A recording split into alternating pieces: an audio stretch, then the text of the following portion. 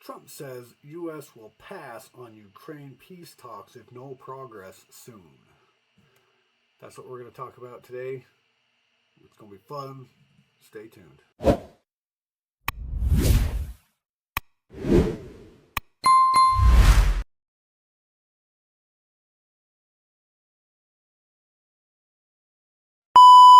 All right. Donald Trump has said the U.S. will take a pass on brokering further Russia-Ukraine talks if Moscow or Kyiv make it very difficult to reach a peace deal. The U.S. president told reporters in the Oval Office on Friday that he was not expecting a truce to happen in a specific number of days, but he wanted it done quickly. His comments come hours after U.S. Secretary of State Marco Rubio warned that the U.S. would abandon talks unless there were clear signs of progress within days. We're not going to continue this endeavor for weeks, months on end, Rubio said, adding that the U.S. had other priorities to focus on. Yes, U.S. has other priorities to focus on. They shouldn't even be involved in this stupid war.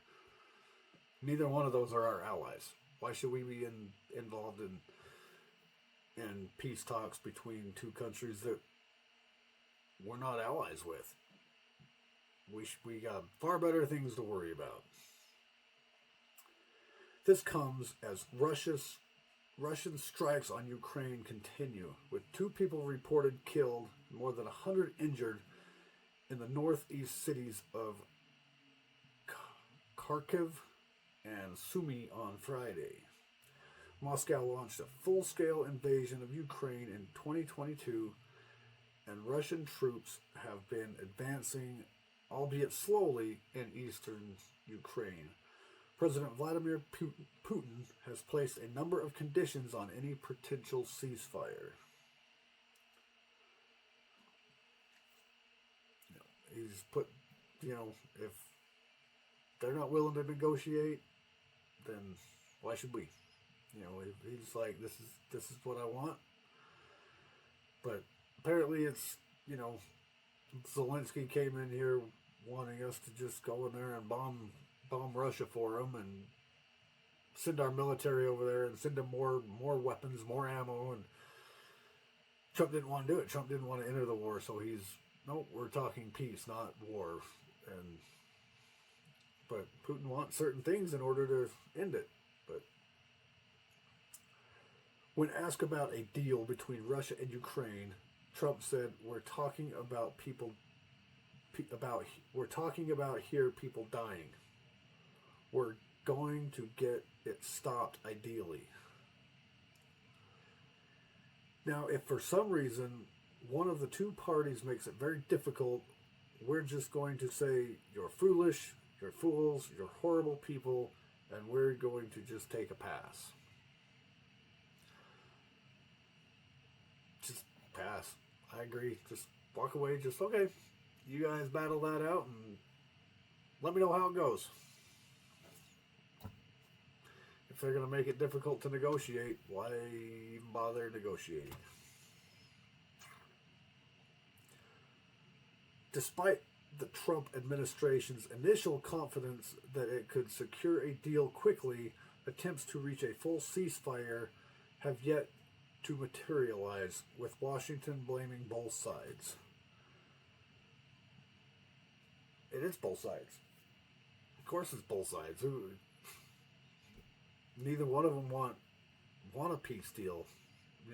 They both want too much demands and they're not willing to give any. That's what negotiation is. You give a little, you get a little. But neither side is willing to do that. They just... Following a meeting with European leaders in Paris about a potential ceasefire on Thursday, Rubio told reporters on Friday, "We need to determine very quickly now, and I'm talking about a matter of days, whether or not this is doable. We want this done quickly, or we're out." That's the thing. You're either going to do it or you're not. And we're done. If you're not going to do it, we're out. which is what Putin wants. Putin wants us out so he can continue doing what he does. But again, Ukraine's not our ally. We shouldn't be sending any money over to them. We should be focusing on ourselves and our allies, not Ukraine. Why should we care about Ukraine? I mean, we do. I mean, I'm not to be rude to Ukraine in general, but they're not our allies. It's not going. If it's not going to happen, then we're just going to move on, he said about truce talks. He admitted that a peace deal would be very difficult to strike. Trump had said before he entered office that he would stop the fighting in the first 24 hours of his presidency. You know, Trump said a lot of things that haven't come to pass. He's, egg prices were supposed to drop immediately. The wars were supposed to end immediately. He's got, he says things like that. Now everybody's calling him, he's a liar. You were supposed to do that on the first day. You said, be real. I mean, you got to just know Trump. He says things that he's going to work, he's going to try, but it's obviously not going to happen the first day. I mean, seriously, the first day. And everybody holds him accountable to that. Things take time. Plus, he's also got Congress to get on board and the Senate. He's got to, some of these laws and some of these things that they're demanding he do because he said he would do it. He's got to run some of that through Congress. He can't just do everything on his own. Plus, some of the things he's doing are getting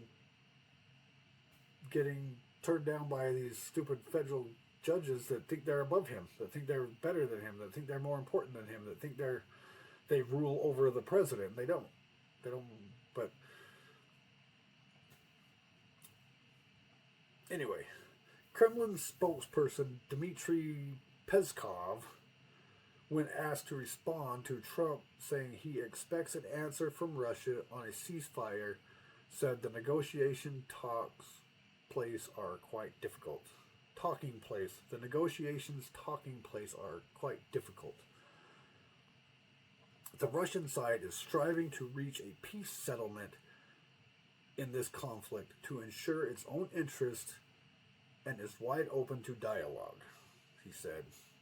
Oh, and by the way, this article is coming from the BBC. So it's kind of take that for what it's worth. Forgot to mention that at the beginning. Credit where credit is due. This article's from the BBC. Sorry, didn't tell you that ahead of time, but the Russian side is striving to reach a peace settlement in this conflict to ensure its own interest and is open to dialogue, he said.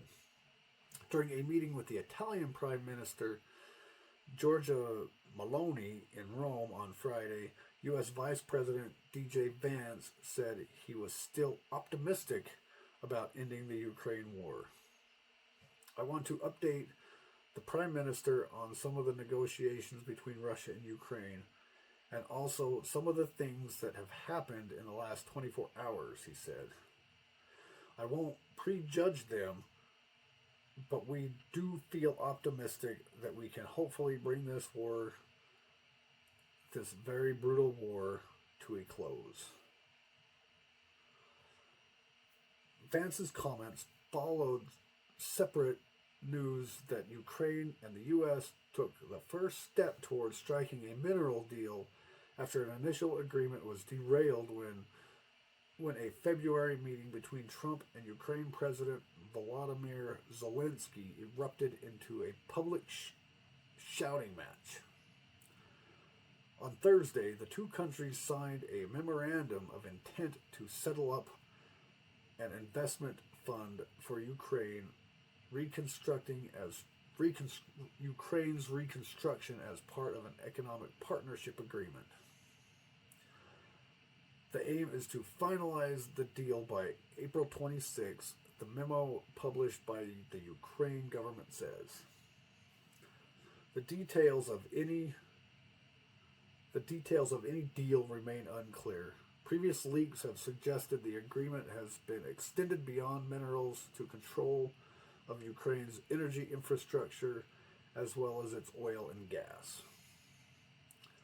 Ukraine negotiators have tried to resist Trump's demands that a joint investment fund would pay back the U.S. for previous military aid, but have seemingly accepted his claim that it would help the country recover after the war ends.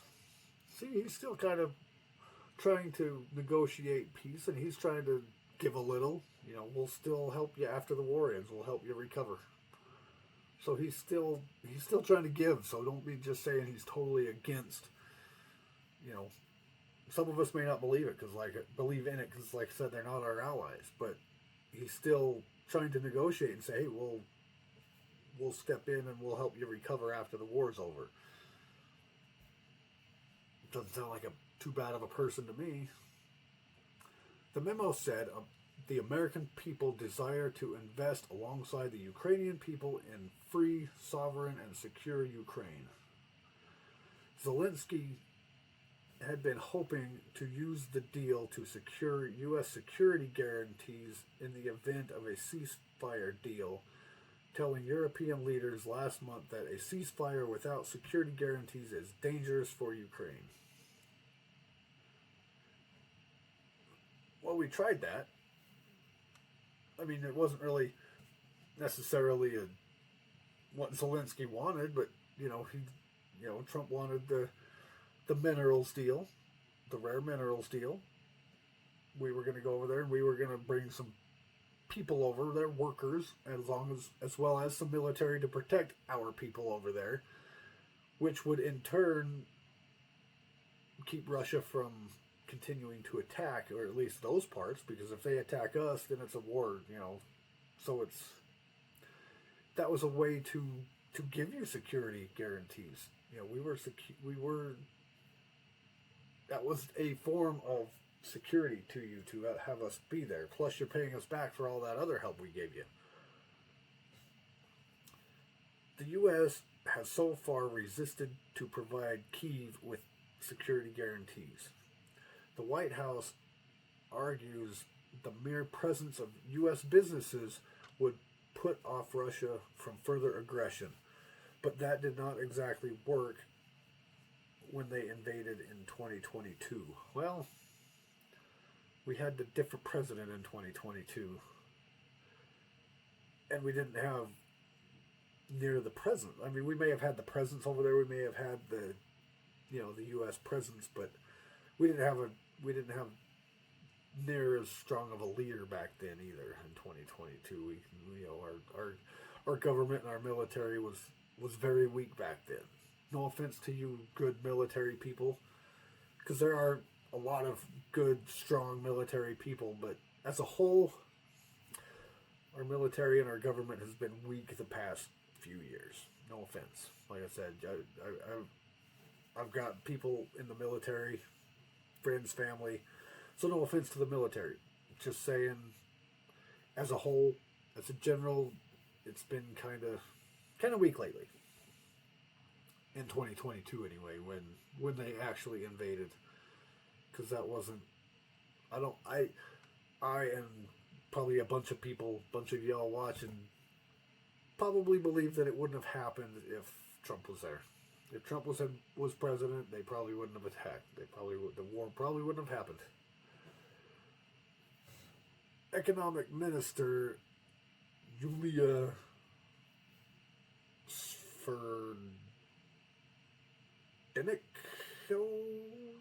I don't know how to pronounce that name, announced the signing of the memorandum on X with pictures of Sverdenico, I guess that's his name, Sverdenico or Yulia, and the U.S. Treasury Secretary Scott Bessent separately signing the document over an online call.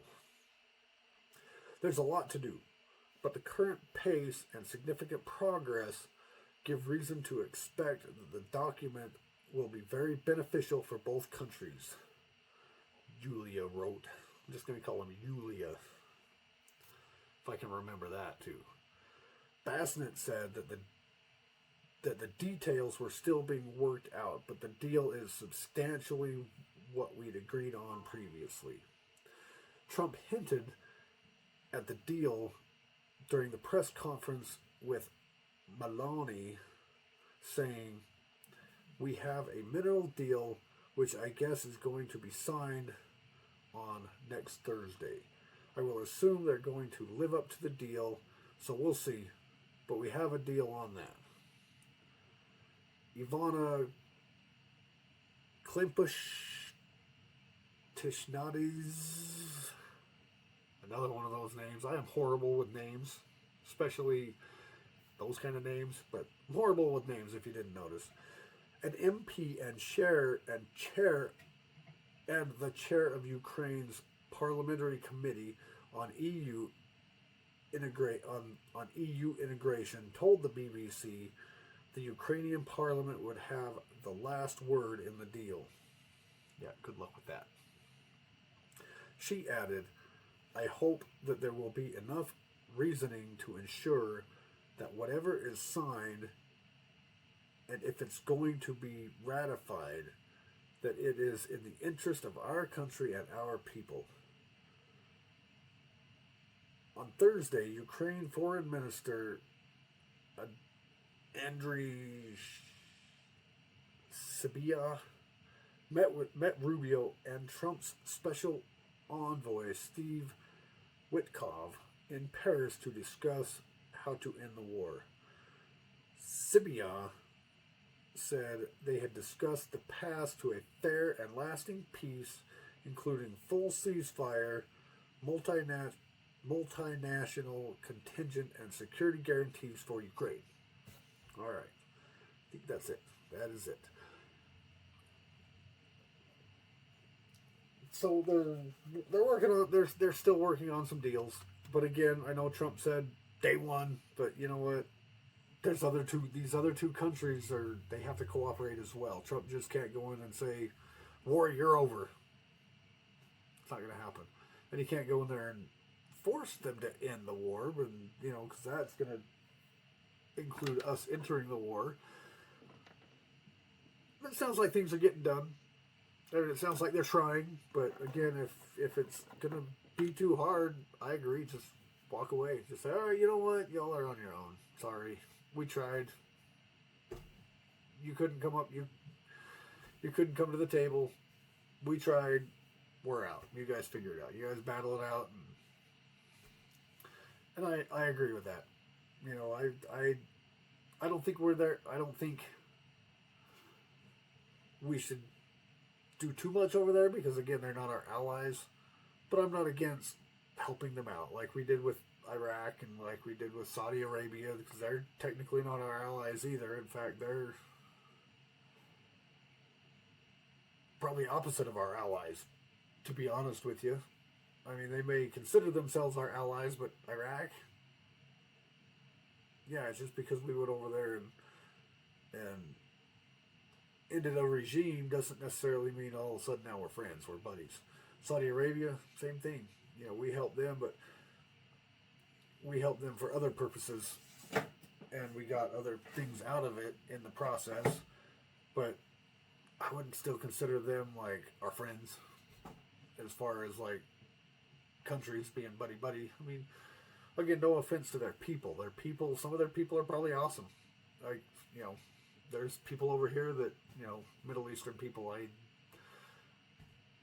sure, they're good people.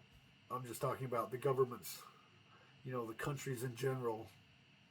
They're not really I wouldn't call them our friends and our allies. Just because we went over there and helped them out doesn't necessarily mean. And same with Ukraine. I don't disagree with helping them out, but I believe in paying us back. We're going to go over there. We're going to help you restructure. We're going to help you rebuild your country. We're going to help you But there's going to be something in return. We're not just going to go over there and do it for free. Because that's costing us U.S. taxpayers money, and we don't need to be doing that. So hopefully they come up with something. I prefer the war to end. I don't think that war is good. I'm not trying to advocate for war. War is necessary sometimes, but that doesn't necessarily mean it's good. But to be sending the kind of money we've been sending over there, for a country that's not even our ally. And especially because when Biden sent it over, he just sent it over. These other countries in Europe, they're loaning them the money. And now Trump's saying, no, we loaned you the money. You're going to pay us back with a minerals deal. You know, I mean, I don't know what those minerals are. I guess I could research what they are, what exactly they are, and what we could use them for. But it's a way of paying us back. You know, a minerals deal. We'll go over there. We'll mine your minerals. As long as our presence is there, our military presence is there, and as long as Trump's in office, Russia will not do anything to you if we're there and Trump's in president. You know, if it was still Biden, it is what it is. But anyway, that's the video for today. Appreciate y'all. Hopefully they can get something done. Hopefully, you know, they figure this out and do it. If not, like I said, they can walk away. But anyway, world's getting crazy. Stay strapped. You know, just in case. Stay situational aware. Be aware of your surroundings. Do what you got to do. Do the YouTube stuff. You know, there's links if you feel like supporting the channel. There's links to my other channels if you feel like helping out my other channels. There's, you know, just do the YouTube stuff. You know the drill. I don't need to remind you, but anyway, appreciate y'all. Love you. See you in the next one.